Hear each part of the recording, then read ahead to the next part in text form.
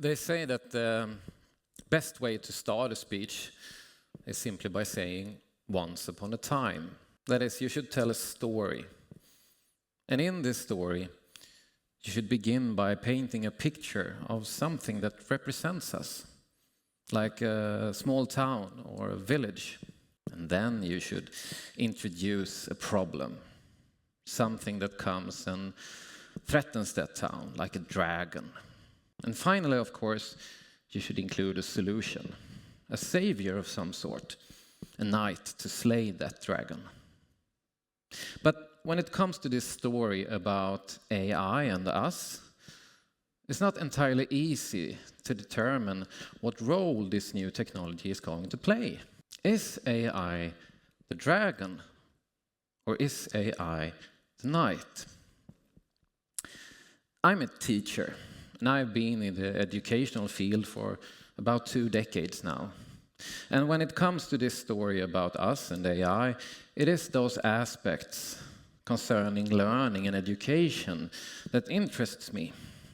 And in recent time, I have been given the opportunity to pursue a PhD where I do research on how teachers like myself are experiencing this rapid development that we're seeing within generative AI, how it affects teachers' work, especially how it affects the way they perceive and assess their students' learning and knowledge. Generative AI in this context being AI that can generate things like images, sound, and in particular text. And the most common initial reaction that teachers have, or anyone, is that they fear that their student might use this technology in order to cheat.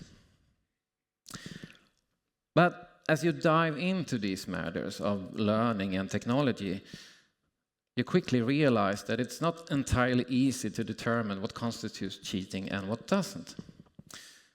And to explain, let me give you a well-used analogy. Pole vaulting. This is Armand Duplantis. He holds the current world record with 6.23 meters. And this is Charles Hoff, a Norwegian who held that very same record 100 years ago. In 1923, Hoff cleared 4.21 meters. And this image that you see, it's taken at that exact moment. And back then, I actually think that Hoff was quite happy that he didn't jump over 6 meters, because 100 years ago, pole vaulters landed on just a thin layer of sand. It was quite brutal. But over 100 years, the record has improved by over 2 meters, or in other words, by 48%. That's quite a lot, especially when you compare it to other events. For instance, in the men's 100 meters, the corresponding development has only been a mere 8%. So why has the record increase been so large within pole vault? Well, the most obvious explanation lies in the technological development of the pole. In 1923, Hoff used a pole made of hardwood. And hardwood poles are not great at transferring horizontal motion into vertical height. When flexible poles came along, it transformed the sport. What's worth noting is that we know that when new types of pole have been introduced, it has been quite common for those using the old type of poles to accuse the adopters of new poles of cheating. But over time, everyone starts using the new poles because people don't really care about what poles they use. They care about how high they jump. What matters is the height of that bar.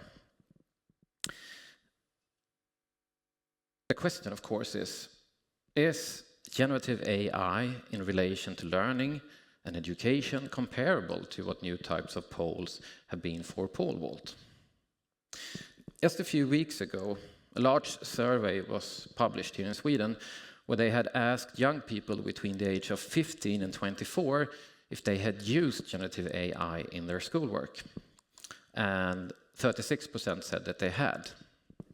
Among them, 55% admitted that they had used it in order to cheat. An additional 12% said that they had used it, but they were unsure whether or not it had been cheating. And in this context, it's quite common for teachers who are tech nerds, like myself, to argue that, well, we shouldn't consider using tools such as generative AI as cheating. Instead, we should teach our students how to use it properly. That if generative AI can be used as a flexible pole to help our students overcome even higher obstacles, then surely that's a good thing. That what matters is the quality of the product that our students produce. But that is exactly that kind of arguments that might lead us to mistake the dragon for the knight. You see, the problem arises when we view achieving a goal as a valid expression of learning. Because in the context of learning, it's actually within the journey towards the goal where the learning takes place. To go on with that athletic metaphor, if your coach tells you to run to a certain location, to a particular spot, the purpose is probably for you to cover a certain distance in order to train your physical fitness. But if you then use an aid such as a bicycle, or if you take a shortcut, you will reach that destination, but you will not get the intended training you were supposed to. Let's move from that real-world metaphor to a digital one. Raise your hand if you have ever played that classic 8-bit Nintendo game, Super Mario. You know, most of you have. But have you ever reflected on the fact that Super Mario is the basic same character on every level? And in order to progress through the game, it's you, the player, that needs to get better. Compare that to most common video games today, where you pick up enhancements that enables you to go on through even harder levels. You can even buy these enhancements sometimes. Well, of course, you might get better as you play, but those enhancements might risk making you think that you're getting way more better than you actually are. Enhancements can create an illusion of learning. So what's the point I'm trying to make here? Am I saying that we shouldn't allow AI within education? Am I saying that we shouldn't teach our students how to use tools such as generative AI? No, that's not what I'm saying.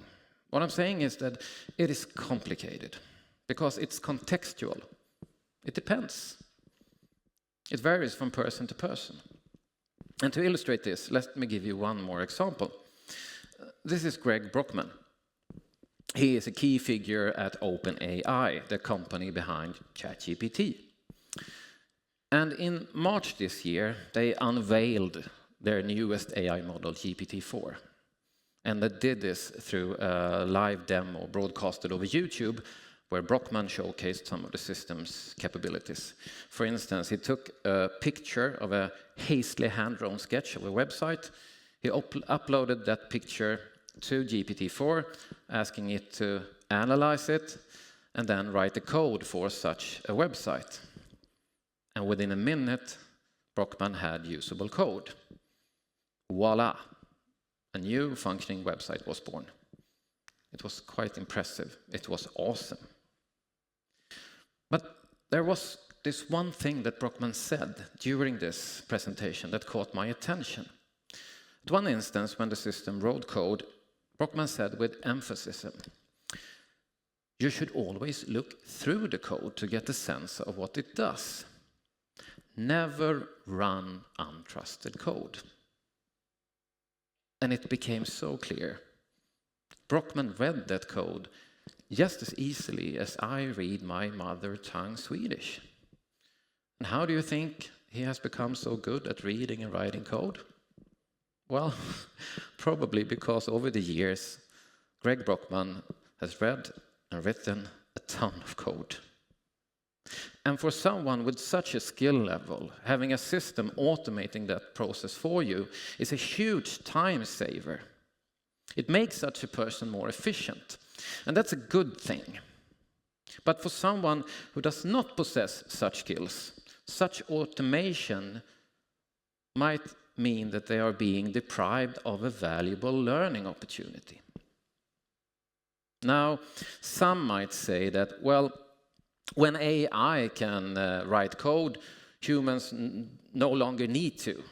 That when machines can perform tasks, humans no longer need to perform them. And that's certainly true in some cases. If machines can do tasks that, for instance, are harmful and dangerous for humans, they arguably should. But we can't do the mistake of thinking that just because a machine can do something, it automatically means that they ought to. And this becomes especially clear when we focus too much on the end goal, the quality of the product or the height of that bar. Because it's not only the learning that takes place during this journey. Quite often there are other important aspects in that process as well. Aspects that aren't always that obvious for us to see. And we might risk losing them with automation. Let me explain with one last example. This time, an example from education. As mentioned, teachers fear that their student might use AI for cheating. Well, let's turn the script a bit, because sure, but teachers can risk and be tempted to take shortcuts with AI as well. Anyone who has been a teacher, or anyone who has ever known a teacher, can probably relate to the feeling of a teacher sitting late at his desk Sunday evening with a mountain of essays to grade that needs to be handed out first thing Monday morning. If there, in such cases, were a magical button on your computer that would assess all those essays accurately and instantly, it would be very tempting to press that button. I'll admit, I would have probably pressed it. But should we? You see, an essential part of being not just a good teacher, but a great one, is knowledge about what mistakes our student makes, what they struggle with, what they find difficult. And such knowledge is, to a large degree, gained by doing manual assessment.